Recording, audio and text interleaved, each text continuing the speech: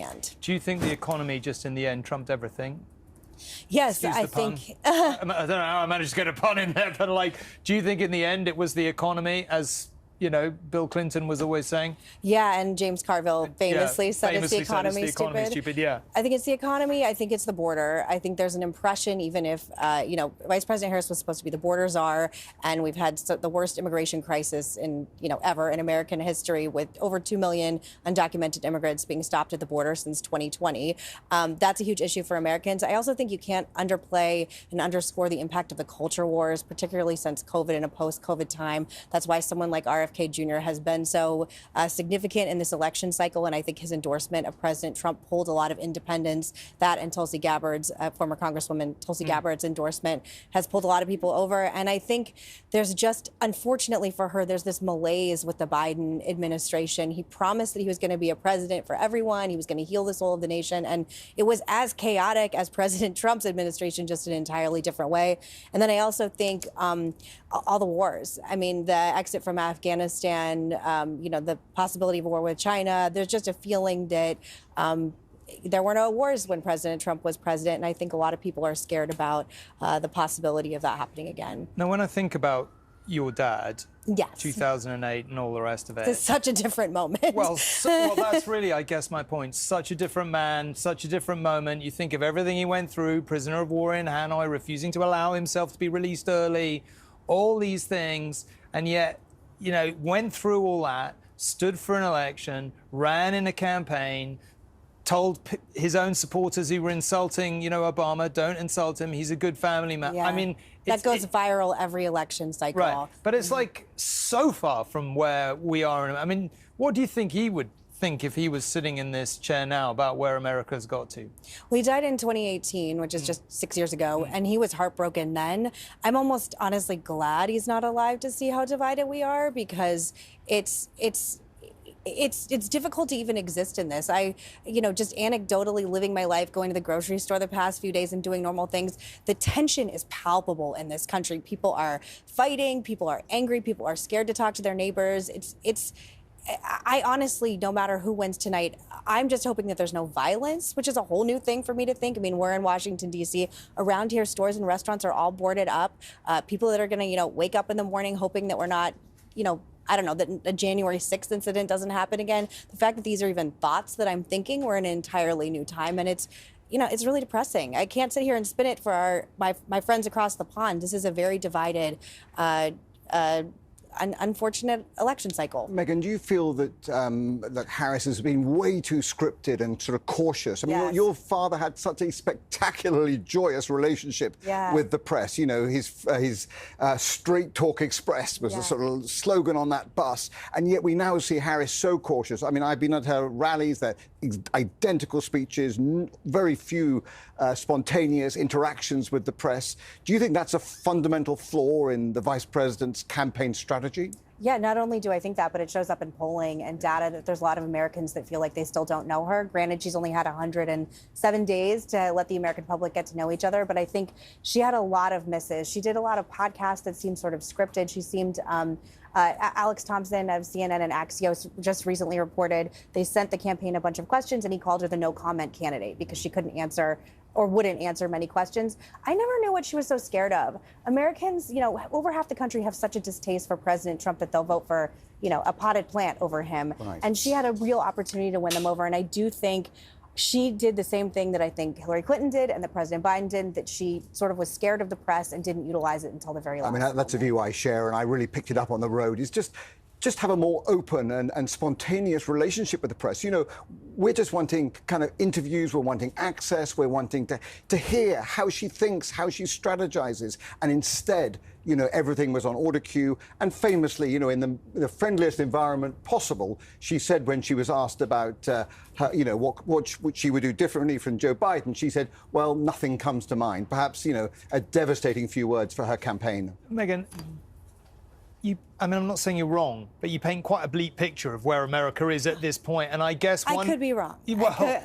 no, I mean, not regarding the result, but just in terms of the level of polarization and the level of division, and we're just, you know, discussing how far things have moved. You know, I think undeniably, you know, if you compare your dad against Obama and the tenor in which that I mean, correct me if I'm wrong, Robert, but the tenor of that campaign was by and large very different. And yet we've got to this incredibly toxic place. How does America go in the other direction? How do you unwind this? How do you change it? Or do you just think there's no chance? Look, I think the press is playing a big role in this. Our media is completely out of control in its biasness. I don't know the exact data, but I know it's like around 20% of the American public trusts our news. The fact that everything has to be fact-checked, I mean, not to beat an incredibly dead horse, but the entire scandal with Hunter Biden's laptop ending up to be actually something that was significant. It was not Russian information, as President Biden's press secretary Jen Psaki said. There's just been an erosion of distrust of the media and our positions of power, I would say, since the beginning of COVID. And I think we have to start with some responsibility on those of us who are, have the microphones and are talking to people. And then I think the thing that I don't understand is, I'm personally a Nikki Haley voter. We're like this. I hit every cliche. I'm like the suburban mom Nikki Haley voter that can't vote for Trump. I am. We like a cliche on this program. Come on. And I feel like there has been no outreach whatsoever from the Trump campaign to women like me and Nikki Haley. And it shows because they didn't invite Nikki Haley to come out and campaign with him. We're a very significant voting bloc, and one that if Harris pulls this off, it will be in no small part because of women like me. And I think it starts at the top. The Trump campaign needs to reach out to women like me, and people on the left have to stop calling Trump supporters garbage and trash. So it also starts with our leaders who seem to have on all sides delved into the very lowest common denominator. Is there any chance let's say Trump doesn't win, is there any chance that the Nikki Haleys or people like you or people like, might be the natural inheritors of your dad's mantle? Do you get the Republican Party back, or is it gone? I don't know anymore. It's a very complicated question because I have felt so isolated and so, when you're a voter like me, like a person who can't and won't pull the lever for Trump, but I did not vote for Vice President Harris either, in all candidness, you're treated like you don't exist. But again, like in my home state of Arizona, the Senate candidate, Carrie Lake, she's going to lose handily. That prediction I can make. The Cook reports that she had a 78% chance of losing. Give Cook Report a shout out there. And it's in no small part because of candidate quality. And she did many things that were incendiary and conspiratorial and also denigrated conservatives and Republicans like me. And Trump may win, but his disciples will not. And there has to be a path forward where we all live together because, you look at this race in Nebraska, it's an independent running that could possibly win tonight against a Republican. I do think there's a palette for it, but people have to run for office and get through the primary process. One historian said today, tonight is not an election, it's a divorce, by which they meant that the schism in America is so deep, there's no no method of putting it together again. OK, well, we were talking to Rohit earlier in Atlanta. Rohit, there's an awful lot going on with you, so can you just bring us up to speed? Yeah, Tom, it's still a fairly confusing picture, but a story is beginning to emerge. The polls have closed here in the crucial swing state of Georgia, except in around a dozen areas where polling has remained open, in part because of those bomb threats suspected to have been emailed in from Russia earlier today. It looks now like around 150,000 votes have been processed and tabulated and sent to the Secretary of State. However, at 7 p.m. Eastern Time, midnight UK time, people who were still in line, people who were still queuing at some of those locations were allowed to continue to vote. They were not turned away. And so just down the corridor from where we are, actually, there's a group of officials who are discussing the next steps ahead. That said, we're expecting results to emerge fairly quickly here. But what we're seeing is evidence of what was projected, what was predicted in terms of international interference. The suspicion was that Russia was behind what we saw today. What might have been their objectives? Well, perhaps just causing a general disorder, creating an environment of chaos where subsequently questions may well be asked about the legitimacy of the vote. But also, when you look deeper at the locations that were targeted, this appears to have been Democratic-leaning neighbourhoods, which may well tell you something about the intended objectives electorally of whoever was behind these threats. Rohit, can you just give us an overview of Russian interference? You've been following this for so long. What would be your overview of Russian interference in the election more generally? Has it been something that's really concerned you? Do you feel like every election cycle it's moving up, there's more to worry about, there's more attempts to interfere, or is it quite consistent? Yeah, well, I mean, you can almost feel people rolling their eyes when you hear talk and warning about Russian interference. But what's happening this time appears to have been very different.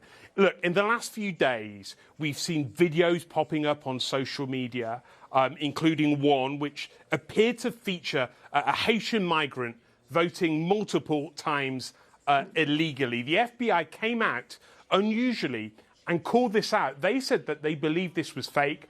And not only that, they said specifically that this was the work of Russian interference actors. So we're seeing new tactics from Russia. We're also seeing new tactics from the authorities here in the United States. But what we've seen today is something slightly different, not just here in Georgia, but in other states, in Michigan, in Wisconsin. We've seen evidence of similar bomb threats. Here in Georgia, actually, there was Cyrillic used in one of those threats, which almost immediately indicated that this may well have a Russian link. We understand that was further substantiated by officials in Washington who did some studying, some investigation of the IP addresses that were associated with these threats. But yeah, I mean, this is a different story this time. And throughout this, we've heard from the authorities, not just the FBI, but some of the other intelligence agencies here, who've been warning not just about Russian attempts to influence the result here, and not just to influence the result, but to cause a general environment of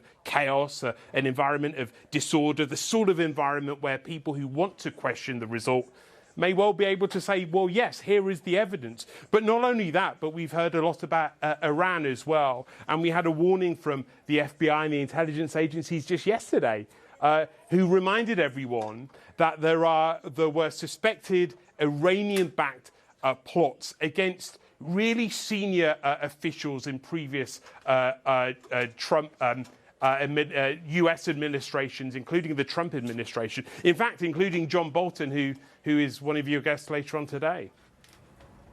OK, Rohit, thank you very much indeed. Jessica, obviously we're going to, presumably that is delaying data from Georgia. What have you been able to divine so far from what you've had through, or are we still sort of parked on, you know, where we were an hour ago?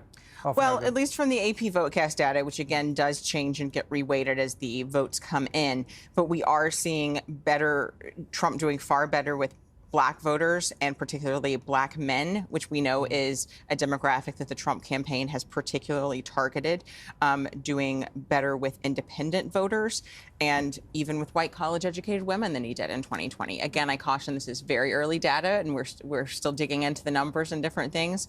And, you know, as we're looking at the results that are coming in to Georgia, we still don't have really any of Metro Atlanta, so we still don't kind of know where the turnout numbers are. And of course, as they just said, people are still voting too. So yeah. In the past, Republicans have not asked for the Black vote. They really haven't. George Bush often wouldn't go into audiences that were unfriendly to him. But Donald Trump is more than happy to. In fact, he thrives in these environments.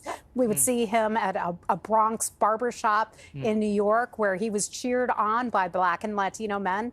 Mr. Trump really resonates with them. He sees these working class men and women as people who need his help, who need his support. And then there's also the angle of, have you been persecuted? And to the extent that some of these African-American men may have, Trump is able to share that with him, and he says the same about himself and his situation. OK, West Virginia has been called for Trump. No big surprise there. But let's go back to Anushka to see what she can update us on. Anushka.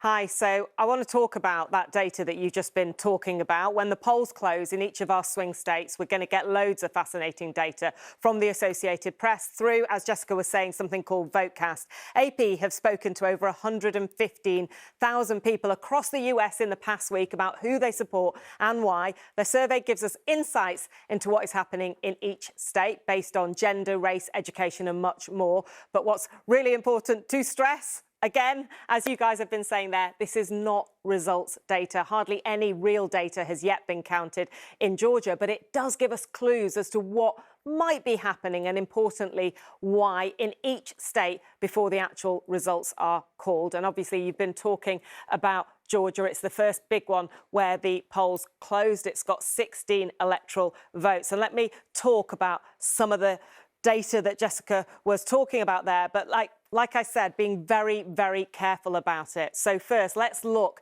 at the AP Votecast data for black voters in Georgia, and you will see I began by telling you that one of the reasons Joe Biden won this state by 0.2% was those bar charts on the left. He got 92% of the black vote in Georgia, whilst Donald Trump got only 6%. Now, what this is suggesting is that Kamala Harris is well ahead with the black vote as well, but it has been squeezed slightly if this is to be believed. Now, as I stressed, this is a survey of 4,000 people in the state, and it is not a result, but it's the sort of trend that will be worrying Democrats right now. And I'm not going to show you the data for black men because the sample size is really, really tiny, but there is a suggestion, a hint in there that it is pushing up this in particular. And now let me just show you women's vote according to the AP Votecast data, because this is something where Kamala Harris would have hoped to really taken more of a lead. In fact, with this survey data, it looks like she's got a smaller lead than Joe Biden had back in 2020, based again on the same survey data. Now, again, caution, massive caution. There'll be more surveys coming out. We need to get the real results. But again, it will be a worrying early trend for the Democrats at this point. Now, I think you've just been mentioning, if we just go back to the battle board, that other states are closing right now as we speak, including the all-important North Carolina. So we're going to bring you that data as soon as we've gone through it. OK, Anushka, thank you very much indeed. Well, let's come back to that and put that to all of you. I mean, I don't know who wants to pick up first. And Adam, do you want to have a pick up on what that is or isn't telling us about Georgia? Yeah, no, obviously, we'd love to see Harris doing stronger than and having a larger margin among black voters in Georgia. Again, it's weighted, it's early. We'll see what the final numbers tell us.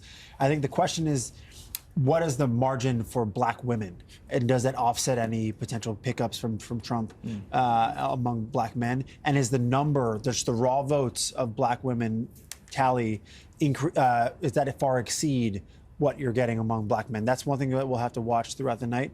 I think, look, Donald Trump has tried to make an inroads into the black voters. I will say the Harris campaign has also not taken them for granted. They've been clear that they have to persuade black voters to come out and vote for her, as opposed to the past where Democrats just said, you're for us, just come on out to the polls, we'll mobilize you. So there's been a bit of a different strategy, and we'll see how it plays out tonight. Jessica, sorry, you were trying to get in with some data. Yeah, I was just going to say that, again, we are using AP Votecast, but CNN has their own exit polling, and they are actually showing in their exit data that Harris is largely doing about the same with black voters. However, they're actually showing Trump winning independent voters in that instance, whereas our AP Vote data does show a shift among independent voters toward Trump by about 10 points, but that Harris is still winning those. So again, cautioning, there's until we get the actual numbers. This is just. But I guess the takeaway is it's looking like it's pretty close. If we're talking about movements so far, the early signs are there hasn't been a big one. Well, and just remembering how close Georgia was last time. So, I mean, it was one of the closest states. So if we're seeing these shifts, then. But to be clear, Trump has to win Georgia. Like, if he doesn't win Georgia and North Carolina, his path to victory looks tougher.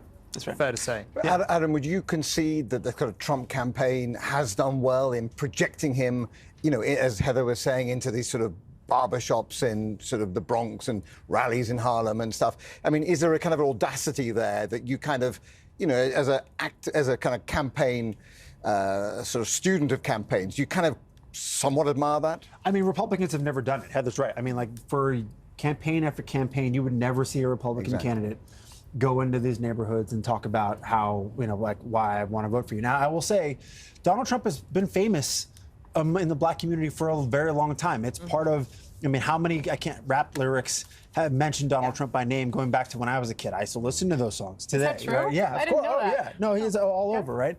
He was a famous rich guy in New York, and that was something when people didn't know him as a political force, as someone who they knew about. So I think that's always been underlining some of the sort of tacit support. 4 years ago, they just didn't really try to get those folks out to vote. And so he's trying to counteract, I think, what we know and think will be a deficit among suburban women, college-educated women, and if they make an effort to try to get more votes out. Again, I will come back to the Harris campaign felt at the end of the day they were going to be where they needed to be with black voters tonight, and we'll see. Adam, you said earlier that the Harris campaign has not been taking the black vote for granted. Right. However, I would argue that the way that they've done it makes some people uncomfortable. Having Barack Obama come out and say, basically, you're a misogynist, or if you don't support Harris in the election, to black men can kind of cut the other way and cause them to back Donald Trump. I mean, I've as someone who's got a black mom who's told me to put me in my place several times throughout my life, I'm not used to sort of getting the rough love. Black men like being told how they should vote? I think in a scolding kind of fashion? I think from Barack Obama, the first black president of the United States, coming out and saying, like, listen, we got to get on the field, do what we can for Kamala Harris, like you had a responsibility to do. That's just the way it is. Yeah. Okay. Let's go to Julie in San Francisco. Julie, with all the caveats, maybe not quite the start Harris would have wanted.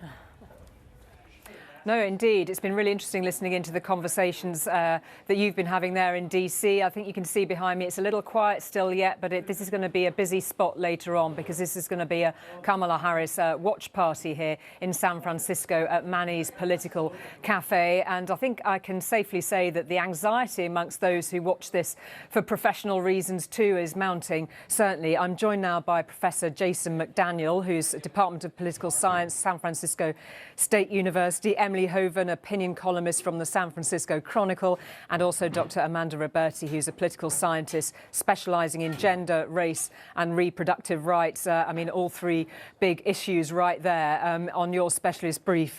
Thanks very much, all of you. I mean, we were just talking amongst us about this anxiety. Jason, I know you've been watching in deep blue California how the data might be shifting here. We know that this state is pretty much delivered for Harris, but what can you tell us about what you're seeing amongst those who are turning out for her, and what we can maybe read into it?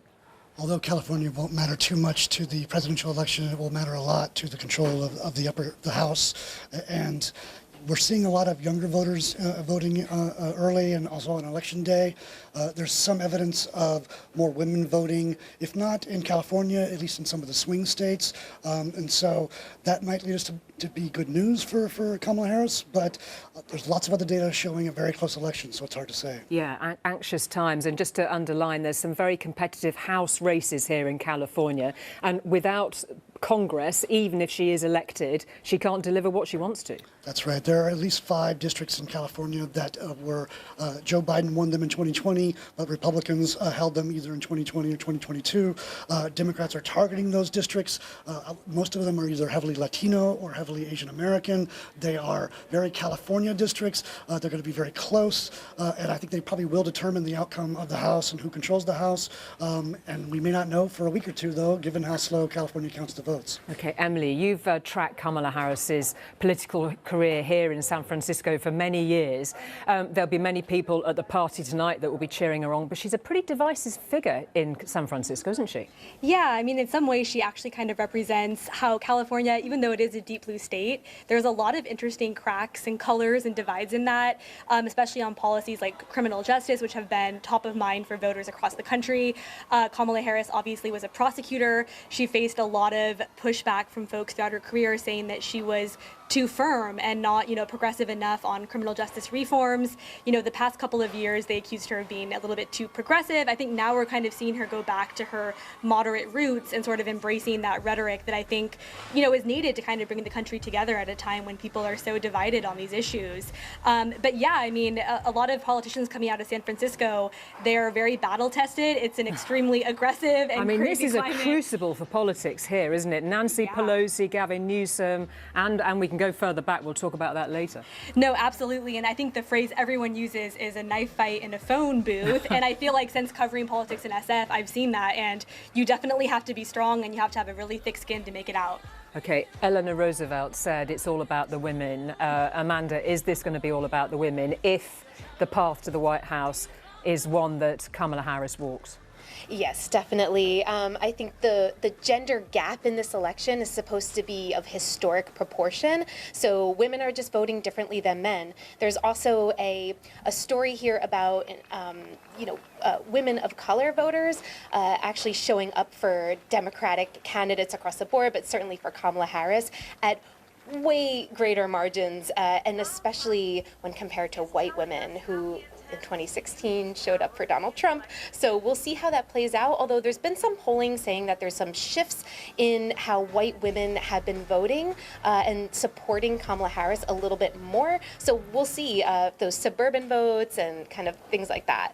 But yes, gender is of very important in this race, for sure. Critical question. Fascinating to get all of your takes. And I should say the night is still young. It's not even night here yet in San Francisco, not even dusk yet. But we will keep you informed from the coming party here at Manny's throughout the night. Tom.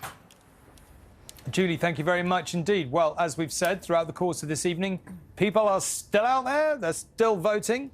These are some images from Arizona where you can see people still queuing to vote. We had Meghan McCain, John McCain's, I guess you would call John McCain, and indeed Meghan McCain, Republican Arizonan, probably not the right way around, Arizona Republican royalty. Arizona still a critical swing state.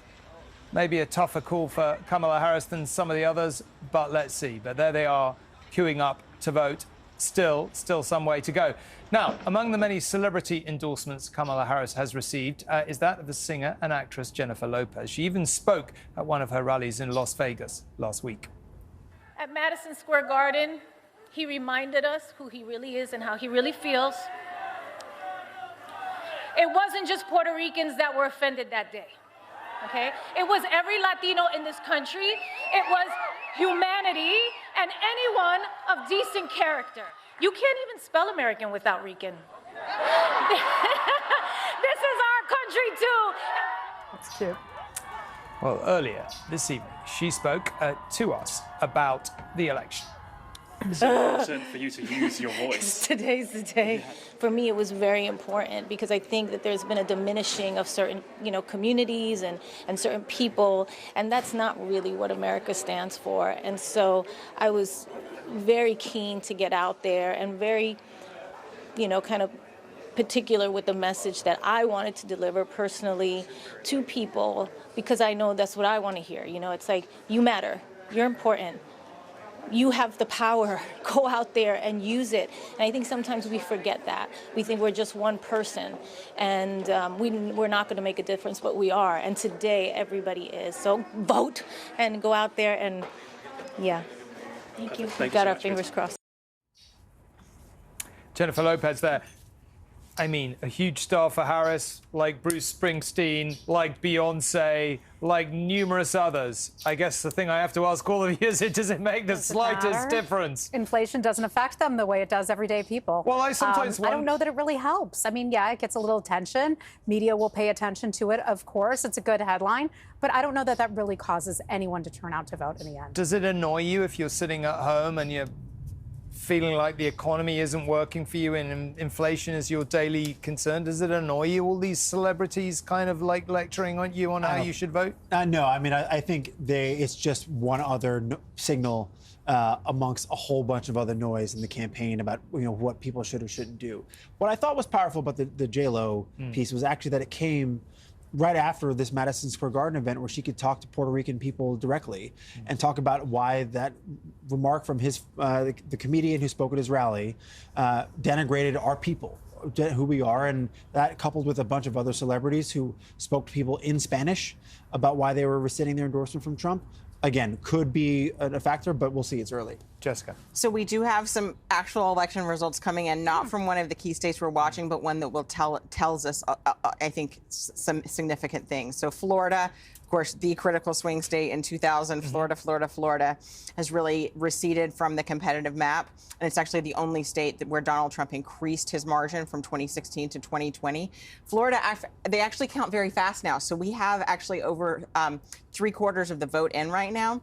And Trump is winning there by almost 10 points. He won this state in 2020 by 51 to 48. So much a much bigger margin there for Trump. And as we've been talking about sort of Trump targeting Hispanic voters, wondering if some of the comments that that comedian made about Puerto Rico might impact things. We're not seeing that, at least in the Florida results yet. What do you think that is down to? Is it down to the economy? I mean, Florida, we've always, you mentioned in 2000, Florida was the swing state. Robert and I spent weeks, days and days, certainly waiting for that to all play out at the Supreme Court.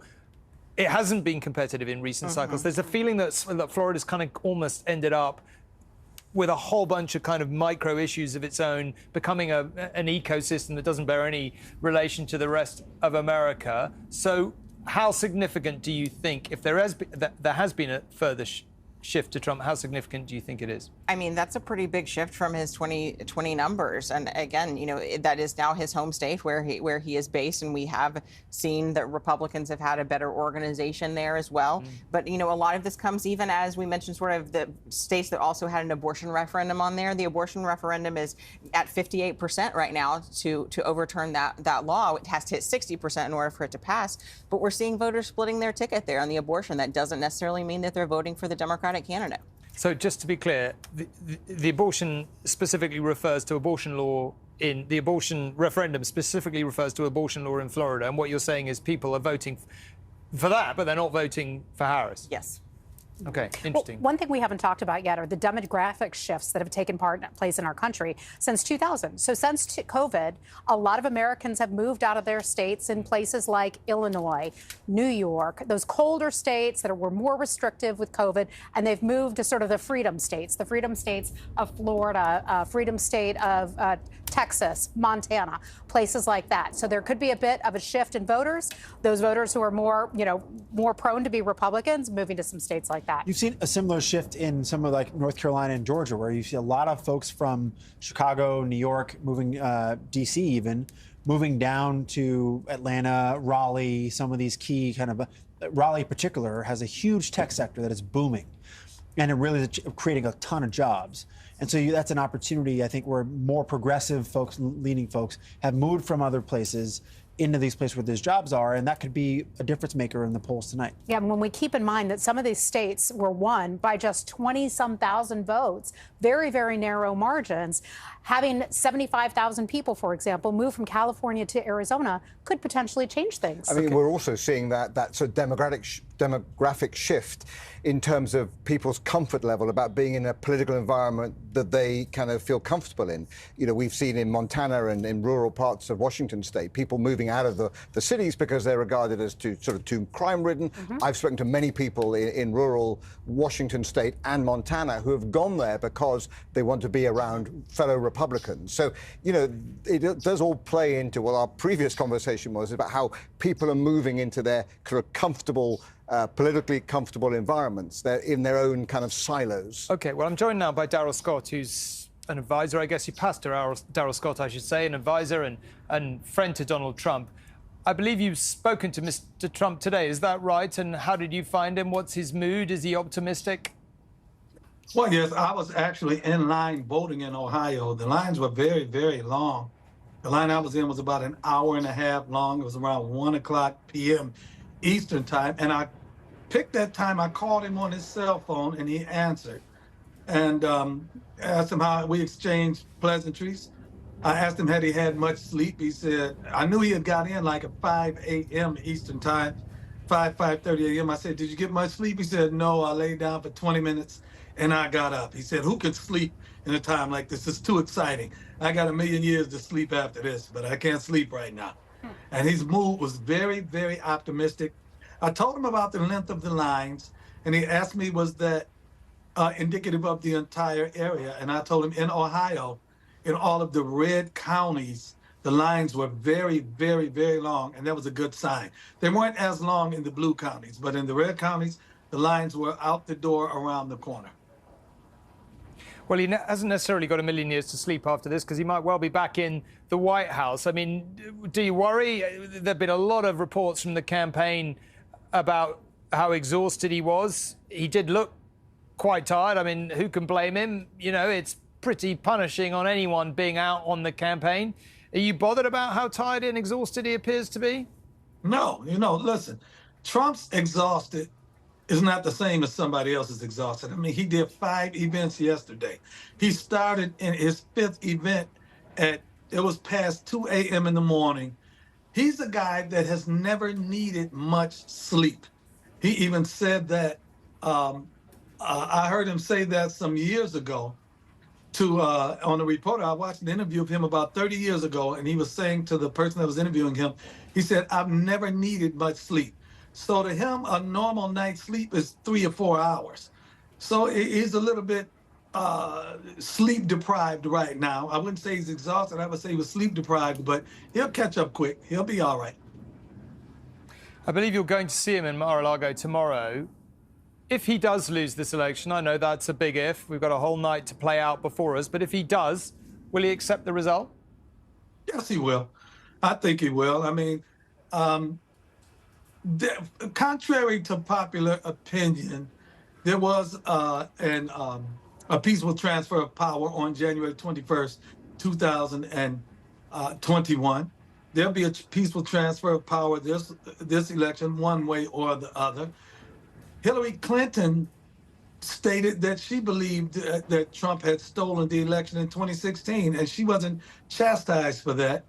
In Georgia, Stacey Abrams still is not saying that she lost the election. So for someone to say that they believe the election was stolen, that's not unusual in American politics. They just over-amplify and exaggerate whatever Donald Trump says or does.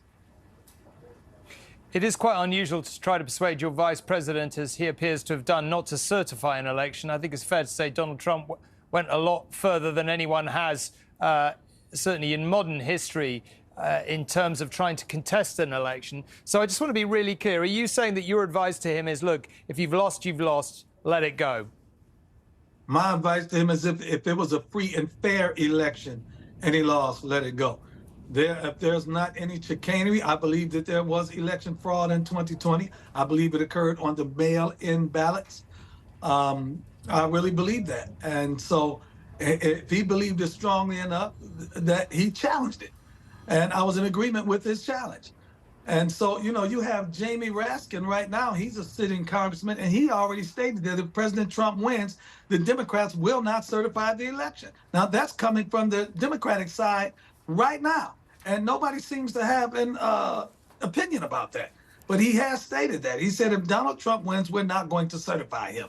And so, you know, it's once again, whatever Donald Trump says is exaggerated, it's maximized, it's magnified, but the other people are able to get away with metaphorical murder. OK, thank you very much indeed for joining us. Now, let's go to Pennsylvania. And Rachel, where the polls are closing soon. Before they do, Donald Trump claiming there is massive fraud taking place already. Yeah, I'm not sure that comes as a surprise, does it? In this state in particular, where last time we waited 4 days for a result because of the fact that they count votes rather differently here. More than 1 in 10 people we know now voted in advance, either in mail or in person, and they aren't able to start counting those until polls opened at 7 o'clock this morning. Now, despite bringing in 200 extra workers to do that, it's likely to be a very long night and possibly a long couple of days ahead. Donald Trump, of course, only too aware of that, and indeed probably across the signs we're getting about turnout. We heard just a little while ago from the head of the Republican campaign here, who said while it looks good, better than average, it's not the overwhelming turnout they hope. So no surprise that we saw Donald Trump pop up on social media warning people the polls were about to close here. We've just got minutes to go, and saying if you are in line, stay in line. However, he then went further, saying that there were evidence of massive cheating in the other big city in this state, Philadelphia. Now, the election board officials, they're very quick to respond to that. A Republican member of that board, in fact, very quickly getting on social media too, to saying there's absolutely no evidence of that. Josh Shapiro, the state's Democratic governor, weighing in to say that across all of the state's counties, elections are safe and secure. That's not to say there haven't been hiccups at one polling station in the heart of this state, Trump-supporting county. There they had trouble getting the machines going. They had a bit of a delay, but they've added 2 2 hours on to the end of voting there to try and make sure that everybody gets a fair chance to get their vote heard. Now, I have to say it's really tense. We've seen people sprinting in here at the end of their shifts. I know of one doctor who said that he had got an unexpected double shift today. He parked his car just around the corner from the hospital and he was ready to sprint to the polling station. But despite those Herculean efforts, I don't think they're surprising. They know here that every single vote counts, although this is the state that many electoral models say is likely to define the result. I have to say, it's likely to be quite a wait for it. OK, Rachel, thank you very much indeed. Well, where have we got to at this point as we wait for another slew of crucial polls to close in Pennsylvania and Michigan? We've had a little data out of some results in Florida. We've had some data from Georgia looking relatively good for Trump. Let's see what we get now. Poll closings all night. A whopping 171 electoral votes at stake, including 19 in Pennsylvania, the battleground that could decide the presidential election. And let's bring you some CNN projections. CNN projects that Donald Trump will win the state of Florida with its 30 electoral votes, as expected. Donald Trump, CNN projects, will win the state of Tennessee, as expected, with its 11 electoral votes.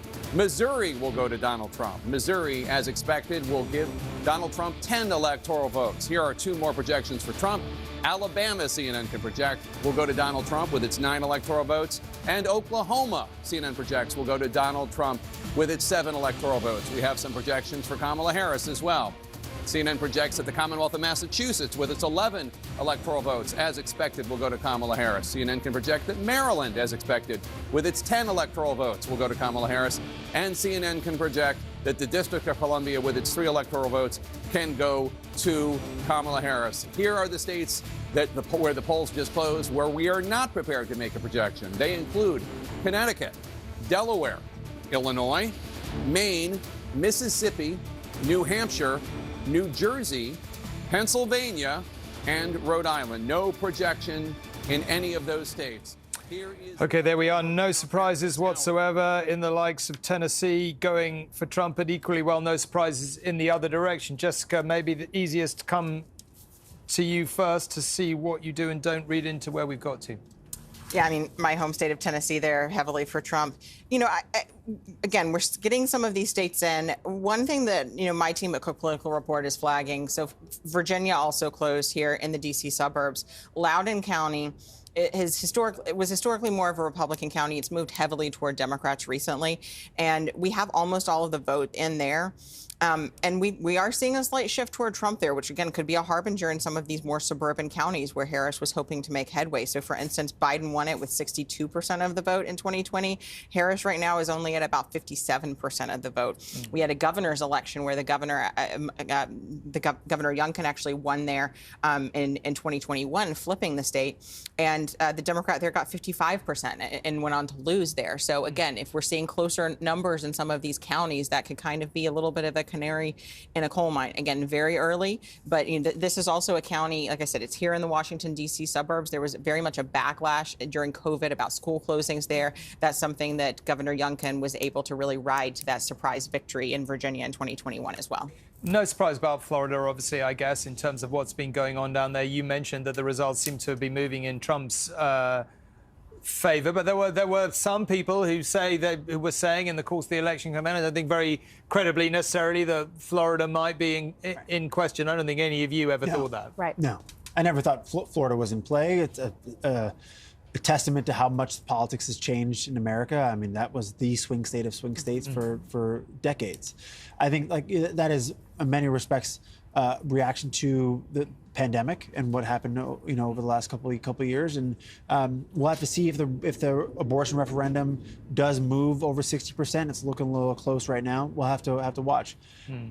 Still very early in the night. It's hard to fathom. I know it's getting late for friends back in the UK already, but we're urging people to stay up all night. So let's there's a whole lot more make business. Another cup of there's coffee. a whole lot more business to come tonight, for sure. Now, this has to be the most exciting thing for you all since we introduced you to the hot dog. Hell, I don't know. I think you've done a lot of quite exciting things for good and bad in British public life. But we might not We'll bring you some hot dogs later. Adam, do you think that this changes potentially what states might be in play? Tom and I made a big deal about the Iowa poll, but also I saw that J.D. Vance made a play into New Hampshire. Do you think that's potentially in play for Republicans? I don't think Democrats think there's anything to worry about in New Hampshire. I will say that, to Jessica's point, the Trump campaign did campaign in Virginia in the last few days of the campaign. So maybe there was something that they saw in some of their numbers. And there's two competitive congressional districts there we're watching as well. That's right. But I think there's also, Trump was campaigning in North Carolina in the last couple of weeks, and I think in the last couple of days, and people thought he would have put that state away. So it is a little bit too early to read across the board. Again, I think back to that county in Indiana earlier where Harris was able to recover a district that Trump won 4 years ago. So we can have these all over the country. Sorry to interrupt you, but Anushka's got some details about North Carolina. So let's just pick up those and then we'll carry on with the discussion. Yeah, thanks, Tom. So again, that VoteCast data that comes in after every poll close, we're crunching it as quickly as we can. And North Carolina, as you know, an incredibly important swing state with 16 electoral college votes. I mean, lots of things to dig in, but I just want to show you one thing in particular, comparing the VoteCast data from 2020 to 2024 with women voters. This is a group that Kamala Harris really needs to do well with, that many people thought she was going to do well with. Well, this looks like it's very, very similar to how it looked in 2020. And remember that Joe Biden did not win North Carolina. It is the one of the 7 swing states that he didn't win. This is really echoing to some extent what we saw in Georgia, and so is the kind of information here on the black vote. There's also a suggestion that Donald Trump may be holding up with his base, if you like, that non-college educated white vote. Let's just go back to the battle board and think about what all of this means for all of them. You can see there that we've actually got states being called. You mentioned Florida. Florida is an interesting one because you can see it is the final state before we get to our swing states, because it was incredibly close in numbers in 2020, only around 3% lead for the Republicans. But of course, it had moved further towards Republicans than it had done before. And so perhaps no surprise that it has gone that way. It has really changed as a state. But it's these ones above there that really matter. And let's just do what we did before. Let's fill in all the likely results. Of course, nothing is certain, and we will bring you any surprises. You've talked a lot about the Iowa poll. You can see Iowa there at the bottom of the middle channel, but we're filling them all in for now as we think they are likely. Now, let's just say that underlying data from AP VoteCast, and obviously, the caveat again, it is a survey. It is not real results. We're going to keep bringing you the real results as they come in there. Doesn't look great for Kamala Harris in North Carolina or in Georgia. So let's turn both of them red. Remember, these are the 2 big Sunbelt states. They've got 16 electoral college votes each. And then you can see, if we have a look down at the tracker, what that would mean. It would bring Donald Trump to 251 and leave Kamala Harris on 226. So what would her options be from there? Well, say this is a sign that he's doing well in the Sun Belt. Say the Arizona also goes red and Nevada also goes red. Well, in that case, there is only one way for Kamala Harris to win, and that is for all of the top 3 Rust Belt states to turn blue, which we can do. Pennsylvania, Wisconsin, and of course, Michigan there at the top. That would bring her to 270 exactly if, and I think we've mentioned this before, if the states that split their votes, Maine and Nebraska, also go the way that we expect. But, you've just been saying the Pennsylvania polls have now closed, and we've trying to very quickly look at that data as well. It looks like it is absolutely on a knife edge, that it is very similar to how it looked in 2020. And yes, Joe Biden took Pennsylvania in 2020, but very, very narrowly. In this situation, if Donald Trump took any one of those 3 Rust Belt states, say he took Pennsylvania, turn it to red, you could see he would very comfortably be over the line. I mean, too early to say, but is there any reason to think that particularly the less than perhaps people were expecting performance amongst women in Georgia and North Carolina might be repeated in the northern Rust Belt states? Or have you had the feeling that they would probably or might reasonably perform differently from the Sun Belt? I mean, honestly, Tom, at this stage, it's quite hard to say. But what we are going to get quite soon is the national data from this poll. And as soon as we get it, we're going to start looking at what, the women vote looks like across the country and what, the black vote looks like across the country. And then we can break it down by different groups to see if we're seeing national trends or not. One of the really interesting voting groups, the voting bloc, if you like, not that everyone votes the same, has been white women, because in previous elections, they've actually voted for Trump, even against Hillary Clinton. There was a lot of talk about whether that could shift towards Kamala Harris and help her to take some of these states, particularly where we know abortion has been a huge issue. In fact, if I just bring up the map again, there's something that I would just love to show you, which is why people believed that abortion would be a massive issue. I think we can do this. Can we just show you all the states where abortion is banned? This is 13 states where there is a total ban on abortion from conception. And when you look at that, I mean, especially to viewers in the UK, where our attitudes on abortion are more liberal than even Democrats' attitudes to abortion in the US. I mean, this is a really, really huge issue. But I think, as Jessica mentioned right at the beginning of this programme, yes, a lot of people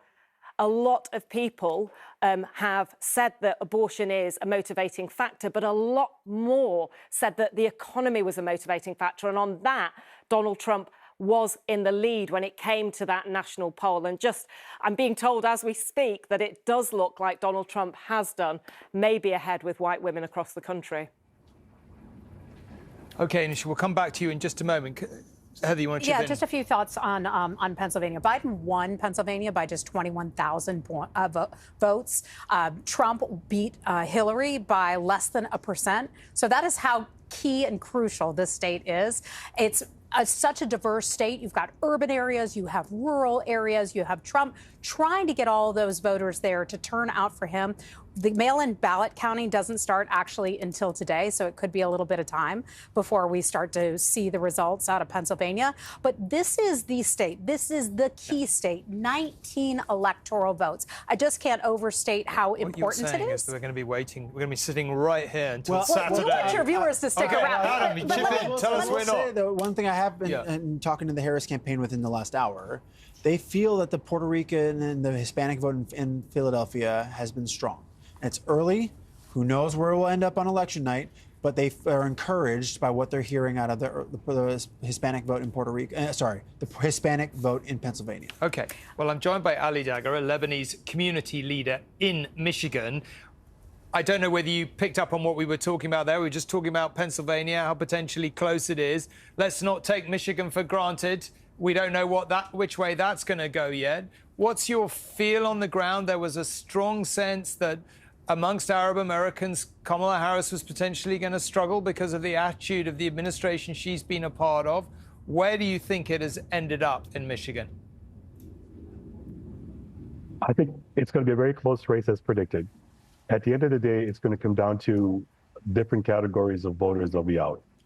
In terms of the Arab American community, I believe there's going to be a small struggle, but it's definitely not going to be swinging in favor of Trump. Talking to people on the ground, people are not attracted to Trump, and people do not forget or have not forgotten what it was like to live under Trump for all those 4 years. The Muslim ban, the multiple racial issues, and the divisions that he created. It's not something that our community wants to go through again. So I'm optimistic that he's not going to gain that much foothold in our community at all. We've done a lot of reporting about disaffection with the administration's policies in relation to Israel and Gaza. And there was quite a widespread feeling, it seemed, that, yeah, maybe people wouldn't necessarily vote for Trump, but they probably weren't going to turn out to vote for Harris. Is there some truth in that, do you think? I think based on what I saw happen today, in some communities, in some cities like Dearborn, Dearborn Heights, and others, yeah, I think there was a slightly lower turnout than there was in 2020 for Biden. That's the reality of the ground. But from what I work for the Democratic Party on Election Day, and I've seen an amazing operation here in Michigan. We're part of the voter protection program, and people are out in droves. I think that Oakland County, city of Detroit, is going to have an incredible turnout, and I'm optimistic that whatever happens, at the end of the night, it'll prove to be successful. Do you think she would drastically change the current administration's policy on Israel and the war in Gaza, or do you think it would be more of the same in reality? I think that the war in Gaza, she's already stated clearly what her policy is. Number one, an immediate ceasefire. Number two, a statement about the two-state solution, how Palestinians have to have their own state, and the rebuilding of all the destruction, and finding a path forward that represents the true American interest, and that is, in fact, peace and justice within the region. I have to believe that that's true, because I'm supporting her, but two, from what we see, the people that are behind her, the folks that are representing her, we were part of a larger coalition. We're part of a coalition for labor. We're a part of a coalition of other groups that have all endorsed this issue. And I believe moving forward, you'll have to see a change, because it's clear that Biden's policies towards the region have failed. It's led to nothing but destruction. None of the objectives of the war, as espoused by Israel, have been achieved. None. The hostages are not back. Hamas is still fighting. Lebanon, the border area, is still just as bad as it was in the beginning of the conflict. What exactly has Netanyahu or Biden accomplished in the region? And so to continue this madness is not something I would expect from a new president if she's elected. And I'm hoping deep in my heart that we will see that change forthcoming. And we're all betting on it. We're all betting on something different, because something different has to happen. The level of murder, the level of killing that's occurred since the beginning of this conflict. I hate using the word conflict because this conflict started well before October 7th. It has to come to an end. We're now dragging ourselves into a regional war, which nobody wants, and we're creating chaos in places that should not be exposed to this. I'm Lebanese. I'm from the southern region of Lebanon. My family home, which we rebuilt 3 times now, is in fact only 1.5 miles from the Israeli border. At this point in time, we're betting that this needs to come to an end, and people need to move on with their life. And the only way to do that is to some sort of a resolution to the Palestinian autonomy and Palestinian statehood. And she said that's what she wants to do, and I would have to believe her for it.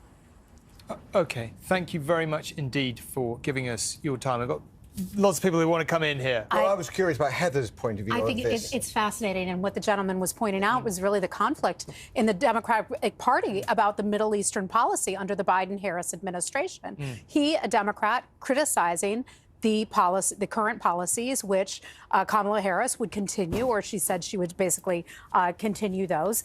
And that is why I think Michigan is a little bit at play here. 200,000 to 300,000 Muslim or Arab voters in the state of Michigan. And some of them don't like Kamala Harris's policies on the Middle East. And so they may not turn out to vote for her. There's also another story that's been told, and that is she aired one ad in Michigan's talking about criticism of the humanitarian destruction in Gaza. But on the other hand, in Pennsylvania, she talked about her support for Israel. And Pennsylvania has about a 3% Jewish vote. So you get that sort of flip-flopping nature there that might offend some voters. I don't know if I'd call it flip-flopping. I think both of the ads were consistent with her policy. Israel has the right to defend itself. They have a right to defend itself. We're going to give them the means to defend themselves.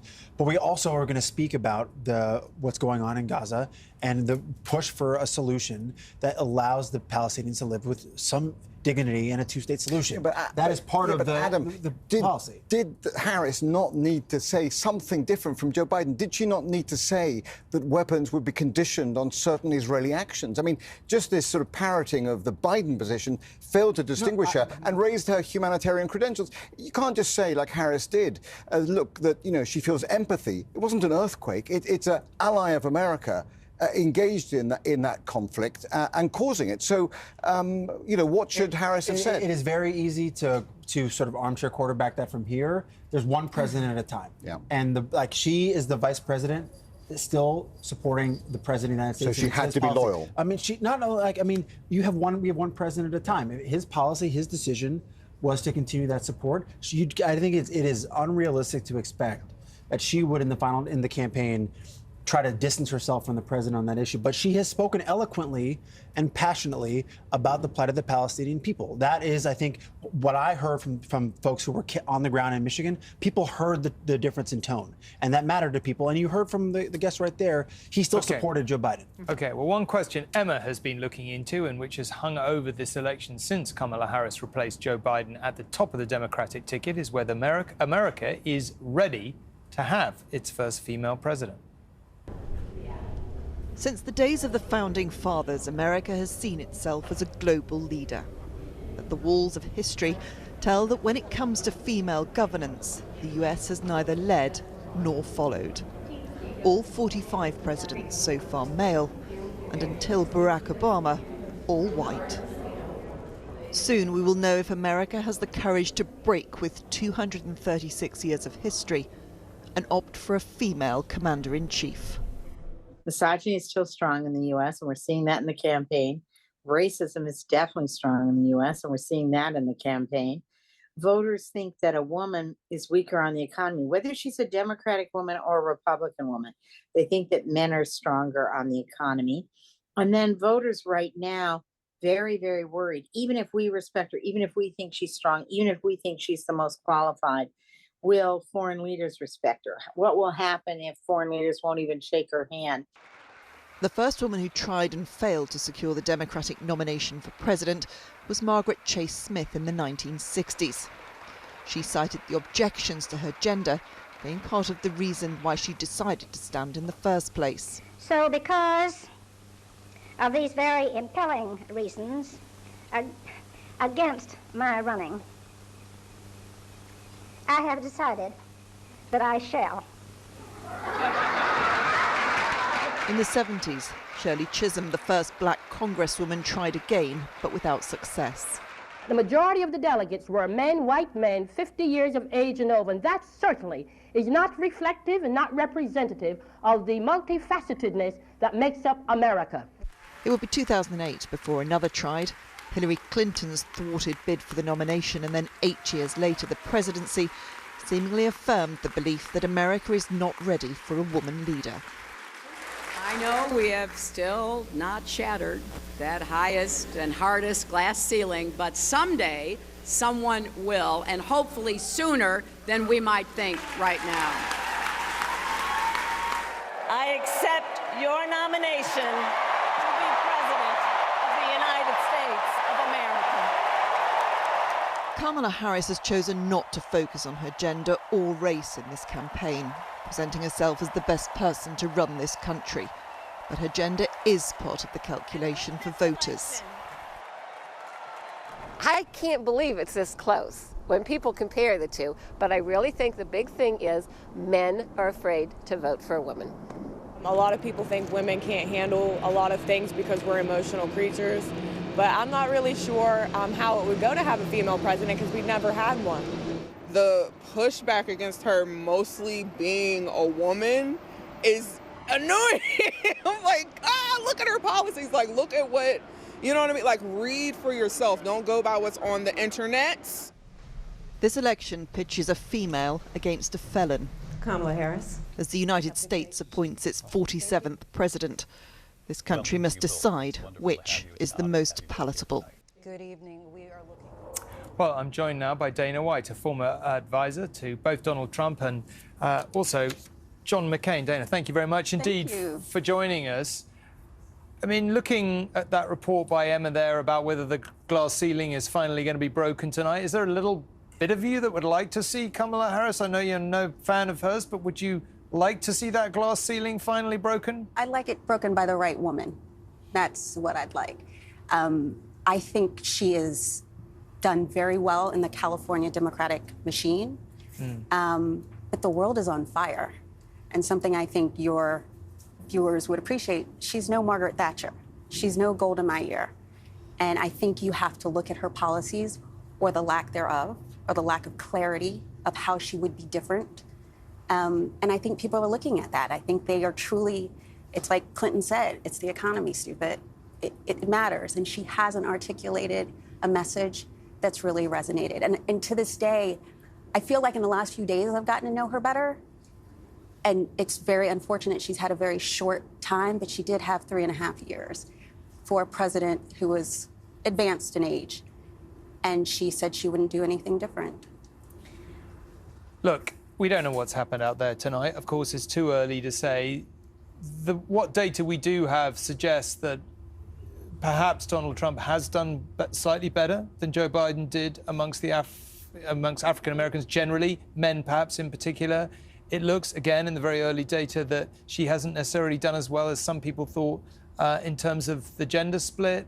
What do you think's going on out there, or do you have no idea because it's too early to say? Well, I'll say I have no idea because it's too early to say, but don't say that, it's not helpful. But I will say that I think people underestimated how much of an asset Michelle Obama was to Barack Obama. Yeah. I think something that people haven't talked about and why she hasn't necessarily resonated as well is Michelle Obama really anchored Barack Obama in the legacy of the slave. She's not the legacy of the slave. And I think there's a little bit of a disconnect, not terrible, but it could be an enthusiasm gap where you're not seeing as many urban voters, you're not seeing as many black men, you might not see quite as many black women come out for her because there's a little bit of an enthusiasm gap, I think. But we'll see. You know, I'd never underestimate the Democrats' ability to get out the vote, so it's early. Okay, it is early. A little earlier tonight, in that very chair, we had John Bolton, one of your former colleagues, I guess you would say, sounding the alarm about a Trump presidency. Sounding the alarm about both presidents, potential presidents, but of course he worked very closely with Donald Trump. I mean, you work for Jim Mattis, Secretary of Defense. He's no fan of Trump either. You've seen Generals Mark Milley, Generals Kelly saying terrible things about Trump, calling him a fascist. What do you think when you hear those accusations? Well, first, I would tell you that I would never question General Kelly or General Mattis's assessment of anyone's leadership style and skills. But what I will say is it's a binary choice. And there are only two people on this ballot. I am not concerned about our constitutional republic. I think that belittles the strength of our institutions. I think the American people, both sides, bipartisan, believe in the system, and so I don't think any one man can destroy the office. But we have a real choice between someone who we've seen, and I think that's also, we already understand Donald Trump. Donald Trump has been a playboy in the 70s. He was the Lifestyles of the Rich and Famous in the 80s. He was the comeback kid in the 90s. He was The Apprentice. He is an American that multiple generations have seen in different disciplines, and we know who he is. And all we know is most of us think we were doing better 4 years ago than we are doing now. I guess what a lot of people back home may be wondering is when they see someone like General Kelly, like, I don't know General Kelly, you do. He strikes me as a deeply sober man. No liberal, I mean, I'm guessing, but no liberal.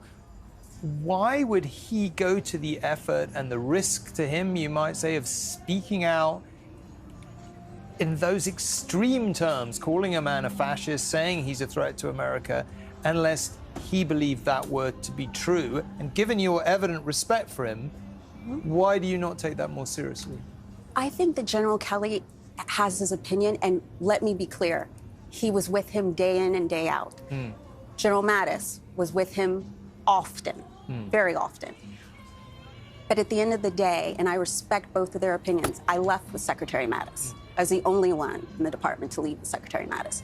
So I have deepest respect for their feelings. But at the end of the day, the American people have to choose what's best for them, what's best for their families, and they can absolutely take under advisement. But what's the alternative? And that's what Americans are thinking about. Yes, I understand you think he's a dictator. I understand you think he's a fascist.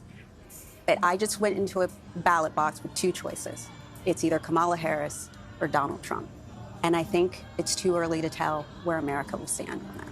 Fascinating chat. Thank you so much indeed for coming in to talk to us.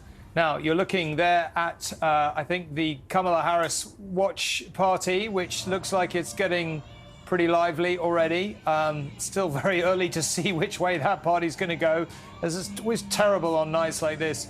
You know, everyone has to plan for a victory party and the ability to capture the vibe if the right things have happened for your team. And then, of course, it all goes flat very fast if the result is going the wrong way. And haven't we seen that time and again? British elections, Brexit night. We're all very familiar with it. But there you are. That's the Kamala Harris watch party. But let's go to Dan, who is with Team Trump in Florida. Dan, not quite as lively behind you yet, but what's the atmosphere in the room with you there? Yeah, I'd say it's buzzy here, definitely. I mean, they've got Fox News on behind me, blaring out to the crowd. Every time a state is projected for Donald Trump, a cheer goes up. I think they definitely feel buoyant at the moment. And one of the reasons for that is sort of looking at data, for example, from Florida. If we could just talk about that for a minute. 80% or so of the vote counted. 55% to Donald Trump, 44% to Kamala Harris. Well, that is an improvement on 2020 when he won about 51%. In Palm Beach, which is a heavily Latino and black area, Donald Trump's vote there is up 6% or so. Also, just another line from Matt Schlapp, who is the chairman of CPAC, the conservative sort of umbrella group, talking about Georgia as well, in Fulton County. He's saying that with about 55% of the vote counted there, Trump is up 3% on where he was in 2020 and up 5% with the African-American vote. So, look, there's a long way to go. 55% if the vote counted, there's still almost half the vote not counted. Things could change and people, obviously are being cautious. But I think certainly from where I'm standing here, there is a reason for them to feel that they are a little bit buoyant, optimistic, bullish at the moment. But I think everyone is obviously cautious. There's a long way to go. But certainly the drinks are flowing here. The food has been brought out. There's plenty of people. I wouldn't say 4,000 or 5,000 yet, but certainly several thousand, I think. I'm not sure yet what time we will see Donald Trump on the stage behind us. I anticipate he'll want to wait until we get some more definitive results out of the swing states. Okay, Dan, thank you very much indeed. Well, I'm joined by Debbie Meslow and Rebecca Prozan, both former campaign managers for Harris. Thank you very much indeed for joining me. How do you think it's going? Oh, well, we're extremely excited. We have been we've been doing door knocking for the last 10 days in Madison, Wisconsin. There was a group of 10 of us from California. We've felt incredible enthusiasm on the ground. And really, the results are nothing surprising. All the states that Trump was supposed to get, he's getting. The states we're supposed to get, we're getting. And all the ones that we need in order to reach 270 are still too close to call. I have to say, too, Rebecca and I have been with her in so many campaigns. Rebecca ran her first campaign. We have been here before. These have always been close elections. She's always been underestimated, and she's always won. So we feel confident. The early data out of states that she might well have won and might well still win, the North Carolinas and the Georgias, doesn't look as promising as a lot of people on your side might have hoped. David Plouffe was saying yesterday or the day before that he thought there was a plausible path as he saw it. For those watching at home, I should say that David Plouffe, perhaps her critical campaign advisor and manager at the moment, was on the airwaves saying he thought it was going well. He saw late-breaking undecideds going for Harris by double digits and that he thought there was a plausible path in all 7 swing states. It's very early days, but where we are at this point in the night, it doesn't look quite as optimistic as that. Would you acknowledge that? No. You know why? Because they're late-breaking undecideds. And if they're late-breaking undecideds, their votes haven't been counted yet. Because the votes that have been counted are the ones that are in the bank that are early votes. The late-breaking ones are not going to be counted until later. So no, I will not. I think, too, there's been so much increased voter turnout. We're seeing that throughout the states, young people coming out. And so, they're talking about all the lines in Pennsylvania. We hope that people who are in line in Pennsylvania still continue to stay and have their voice be heard. And so there's a lot of dynamics still to this race that are different from what we saw in 2020, 2016. And so it's still early. In the northern battleground states, I don't need to tell you, it was very, very close last time. I mean, you've been out on the campaign trail, as you've been discussing. What do you feel feels different one way or another about this election versus the last? I think the lines are much clearer than they ever have been. You're either for reproductive rights or you're against healthcare. You either want a border that is clear and a wall, or you want a sensible immigration policy that will adhere to what the country can do and also honor the tradition of America. And I think that those lines are exceptionally clear to people who can see them. And we have seen the energy of students and women who don't want to see another 4 years of Donald Trump. I think, too, we've seen a lot of interest on how America is viewed on the global stage. That's come up a lot at these doors. We've knocked over 3,000 doors over the last week, and a lot was around how America is going to coordinate with its allies, going to cooperate with its allies. Certainly everything we know about Donald Trump and his perspectives on that. Voters have an interest in that. And so we're also hoping that all the work the vice president has done, the way that she's shown up, certainly the ways that we know Donald Trump will act on the global stage, we've seen that before, will also have a bearing in this race. Okay, well, sorry to have taken you off the campaign trail. Thank you very much indeed for sparing the time. Thank you. Great to see you. Right, what do we make of all that? I'd like to say under a second Trump administration, if he were to win, we hear a lot of people talking about just that. Is he going to back away from our alliances? My answer to that is absolutely no. I served at the State Department for 2.5 years. I've seen firsthand the importance of our alliances. As we look at China, as we look at Taiwan, we have an excellent agreement that we struck with Australia and the UK, AUKUS agreement, meant to protect a free Indo-Pacific, and that is important. We will not back away from our alliances. Will Donald Trump, if he were to be reelected, put more pressure on our allies to do more to take care of themselves so that the United States isn't footing so much of the bill? Yes, absolutely he will. But we're not going to break away from those alliances. Heather, what is President Zelensky thinking at this moment? Yeah, I think President Zelensky is concerned. Of course he's concerned, but he's concerned primarily because we have Russia, North Korea, Iran and China all cooperating together. The world is on fire. It is a hot mess. We've got to stay focused and stay aligned, regardless of who wins the White House. And we need an alliance with Congress and everybody working together because the threats are so real and so severe right now. Can you be an isolationist and keep intact your alliances? So I think that's a misnomer. So I've heard people here tonight talking about how Republicans are isolationists. I would say absolutely not. While there are some Republicans in the party who say, hey, wait a minute, why are we sending all our money over there when we have such big problems here at home? That's a comment they can make. That's a concern I understand that they have.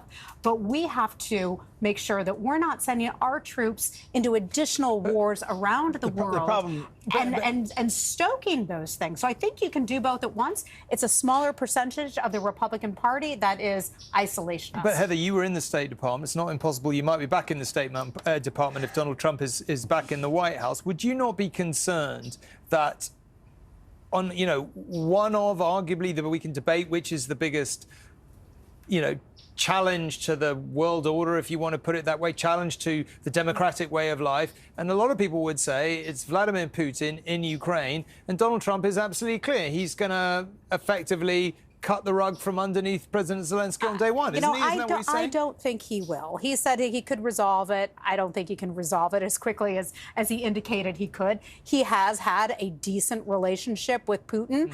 I've seen the Russian government firsthand. I know they lie. I know how dangerous they are. But I do also understand that you have to have relationships with your adversaries so you can talk with them about things. I was a part of a small team that went to North Korea 3 times in 2018 for denuclearization talks with Kim Jong-un. We brought home 3 Americans, with a little help from the Brits, by the way, brought home 3 Americans who had been held there for several years. We thought that these men might die. the reason I share this is that we know how important those alliances are. The policy sometimes looks like it's messy from the outside, but when you're inside working it, it's tough, it's strong, and it's correct, good, tough American foreign policy. The thing that gives a lot of, I think, voters and certainly a lot of Democrats some concern, the last voice that's going to be in the room with Donald Trump is J.D. Vance. And J.D. Vance has been more isolationist than anybody. He's talked more openly about abandoning Ukraine. That gives Democrats, gives a lot of people who care about the safety of Ukraine some real pause. And Donald Trump has said, he told Putin he can do whatever he wants with Ukraine. Those are real issues that I think people, rightly in Europe and across the pond, have really concerns about. I'm not going to defend what the president said. I had just come out of Ukraine on a 1,300-mile road trip and landed in Poland when I heard the president's comments about that. I was horrified when I had heard that. But we are not going to back away from our alliances. We support a free and sovereign Ukraine.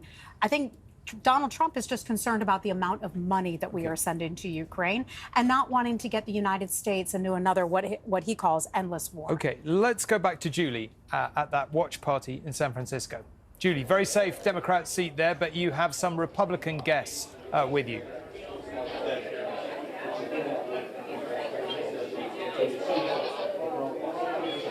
Thanks very much, Tom. It's getting quite noisy here at Manny's in the heart of San Francisco. There are people gathering for the Kamala Harris watch party. But alongside me here, I have three key figures from the San Francisco, California Republican Party. John Dennis, the chair, Yvette Cochrane, who's running for Senate here in San Francisco, and Rod Leung. Thanks very much indeed for joining us. First of all, I come to you, John. What are you hearing from on the ground in other places beyond this state, which is pretty tough for Republicans, right? Yeah, well, on the presidential race, we're going from nauseously optimistic to cautiously optimistic. Things are looking good on the presidential election, and I'm expecting our candidates, that is one, to do very well here in San Francisco. It's tough here, though, for Republicans, isn't it? This is a deep blue city in a deep blue state. Yeah, it's a shame that because all the great things you think about San Francisco, the cable cars, the great bridges were built when Republicans ran San Francisco. But over the last 2 years, Republican registration is up 20% in this city, and we're moving in the right direction. Hard to campaign here as a Republican, Yvette? Initially, when I first started, I would say yes. It was frightening and a challenge, but after campaigning for this last year, what I found is more and more people are identifying more with my policies than my opponent, Scott Wiener. And it's been amazing because now seeing across the political platform where people who probably would not have worked together before are now working together and supporting my campaign at least is amazing to see. So there is hope for San Francisco. Okay, but it is a hard fight here. How does that fit into many people's memories of the Republican Party here in California? People look back to the 80s and think of Ronald Reagan. It's a long, long time since, though. What went wrong?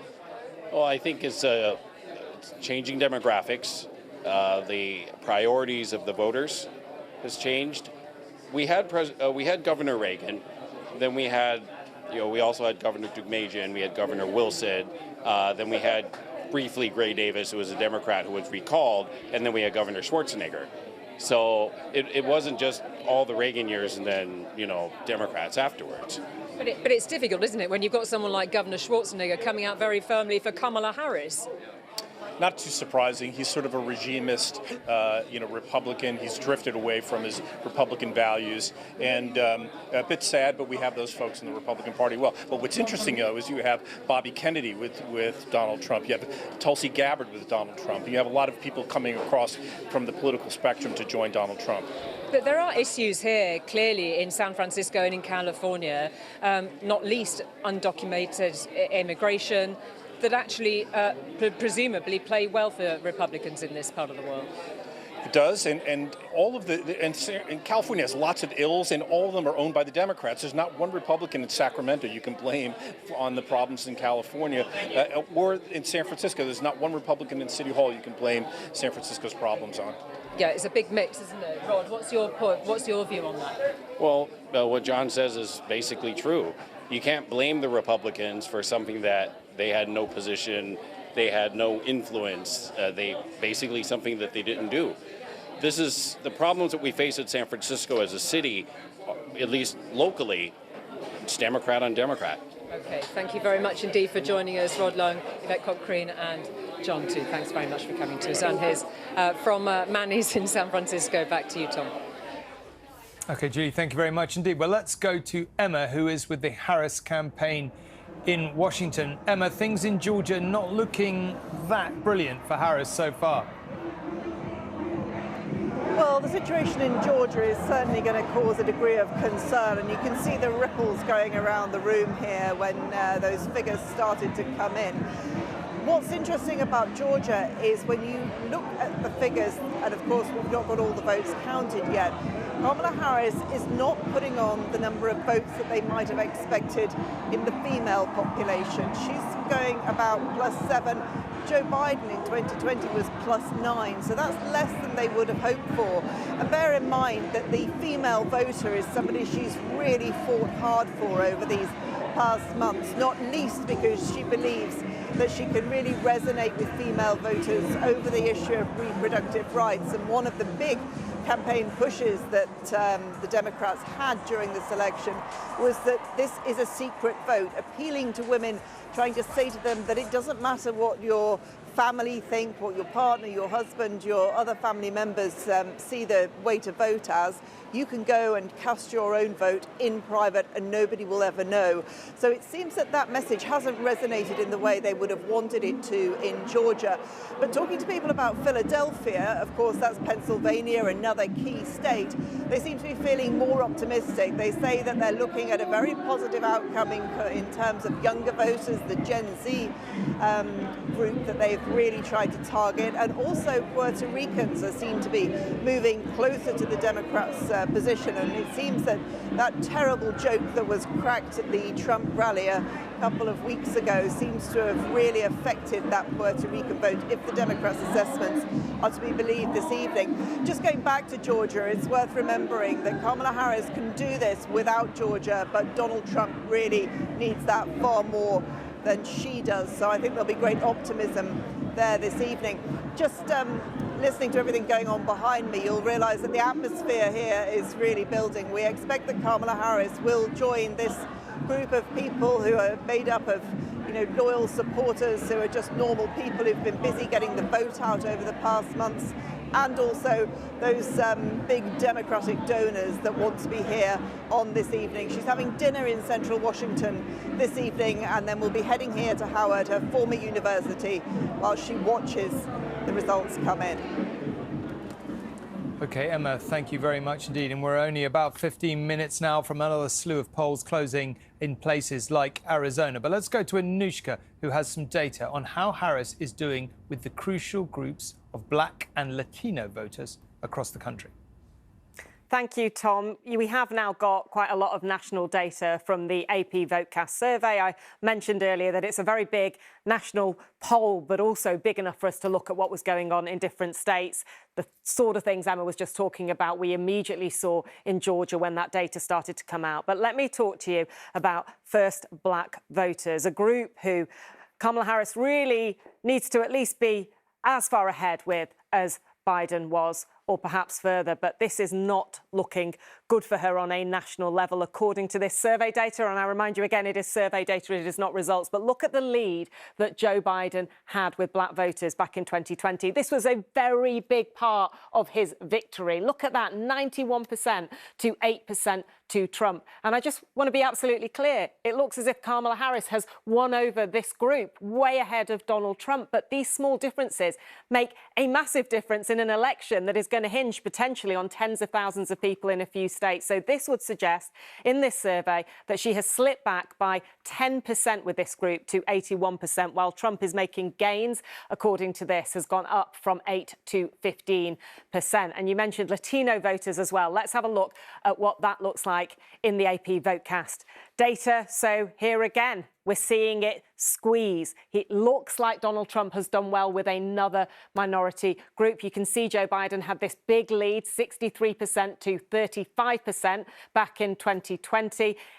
If this is right, then it looks like perhaps she slipped back a little bit to 56%, and he has risen up to 44%. These are obviously small changes, and we have to be very cautious. There are, particular polls can shift one way slightly or shift another, but it is worth just mentioning to you as well that Latino men, according to the survey data, have actually gone ahead for Donald Trump compared to the opposite last time round. Let's just bring it back to our battle board to have a think. Oh, sorry, before I do that, before I come back to the battle board, I want to show you the state of the race in Georgia, just what Emma was just talking about now. So we can see here that 55% of votes have now been counted. And so far, according to those votes so far, you can see a pretty healthy lead for Donald Trump, 55% to 44%. Now, I should say that these things can be counted at very different rates, sometimes coming from different counties at different times. I told you earlier that some of the actually more Democrat counties in the state had been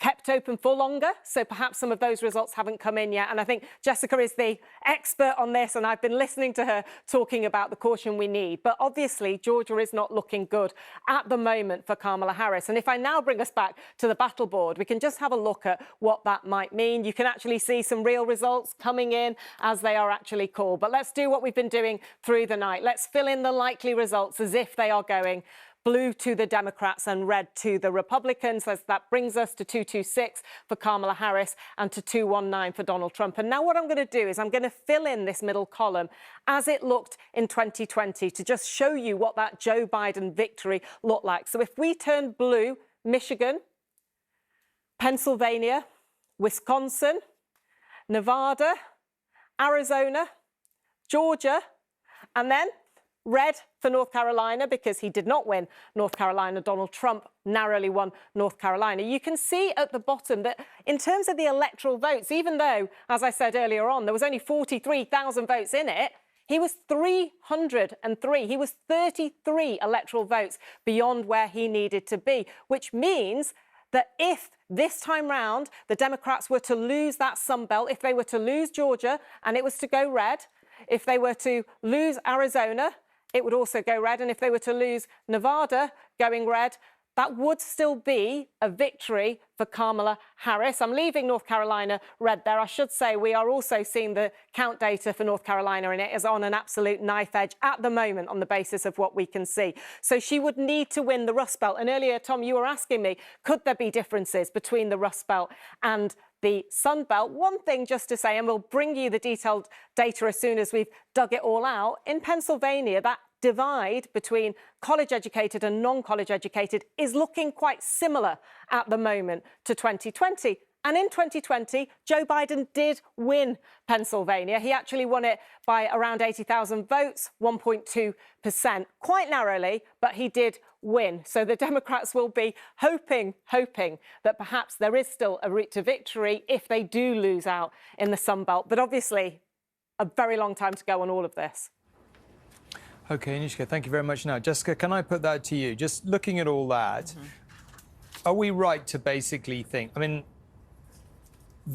the actual votes counted maybe don't tell us that much because we don't know what's been counted and what's not. But if the AP VoteCast data is correct, isn't it quite hard to see a path to victory for her if she is underperforming Joe Biden to relatively significant percentage numbers in both the African-American and the Latino communities? I mean, this is exactly where the Trump campaign has felt like they are making a lot of gains. And so if this bears out, that certainly makes Arizona and Nevada, which we're going to get much later, much harder. You know, Pennsylvania with black voters, Michigan with black voters, we will have to see. But, you know, I think just to underscore what Anushka said, though, you know, Georgia, not a state that Harris has to win. Yeah. If it goes back to Trump, she still has a path. We're still waiting on those blue wall states to sort of get more data out of those. And, you know, all of Michigan and Wisconsin will be closed in just the next few minutes. And in North Carolina, you know, there's still a path there, I think. She's doing slightly worse in some of the rural areas, but if we see we still don't have a lot of data in from those population centers from Raleigh-Durham, where those are very heavy college towns. That's where Duke University is, University of North Carolina, Chapel Hill, in Charlotte. If she gets higher turnout there, that could certainly help if she gets higher turnout than Joe Biden did. But right now, again, this would be a flip for Harris, so that would only help her. I think we still have to kind of reserve judgment until we sort of see what is going on in those blue wall states, which long seemed like her best path to victory, and I think continues to be. And again, those national trends from the AP data is going to continue to get adjusted once we get an actual voting data from Michigan and Pennsylvania and Wisconsin. Well, I'm joined by Pippa Malmgren, a former George W. Bush economic advisor. Pippa, thank you very much indeed for joining us this evening. How do you think, in terms of those of us who are looking at this from the rest of the world, do you think there's a massive difference in terms of a Harris presidency or a Trump presidency to the world economy and the impact on it? Oh, yeah, they're very substantially different on so many fronts. Certainly take tax policy, where I think much of the country, particularly the educated independent voters who are turning out to be a much more important category than people had thought, they're voting on the basis of they don't want their taxes going up. And they're also voting against further regulation. And so that's a clear difference between them. President Trump has said he's going to be very tough on China, introduce tariffs almost immediately. That obviously is going to have a huge impact on international trade, something that the Harris team has not been as aggressive about. So they are quite dramatically different, and very different on defense policy as well, with the Trump, with most of his advisors being very clearly in the let's cut a deal, let's get to an end in Ukraine and in the Middle East. Let's try and figure out a way to work with China on Taiwan, versus the Harris camp, which was already sort of more inclined to stay in the fight in Ukraine, more inclined to fight over Taiwan, and less inclined to step in to resolve things in Israel. Ironically, it's ended up that the Republicans have carved out a position as the peace party, and the Democrats have had to defend their position as being more aggressive on foreign policy, which obviously that's expensive for the world economy. There are plenty of people who are pretty scared about Trump's promised policy on tariffs. I mean, some people suggesting it's going to do slightly scary things to inflation in terms of, certainly back in the UK, that's what people have been saying today. Does that bother you? Well, look, when he first raised this, it was scary and it did have a big impact. But today, there's such a dramatic shift in the location of manufacturing back to the United States. So it's not like 4 or 5 years ago. Today, the U.S. is a manufacturing nation again. Jobs have come back into the U.S. High tech is well in play. The U.S. is now becoming a major manufacturer in things like computer chips, which they were not in, 5, 7 years ago. So the idea that raising these barriers is definitively a terrible outcome was easier to argue when he first came into the presidency and harder to argue now. It's very hard to determine, and I know big business doesn't necessarily think the same way, but when you think of Wall Street, you think of business leaders, who do you think they really want to win tonight? Well, look, the word is amongst the Wall Street business leaders that they expected a Trump win today. I think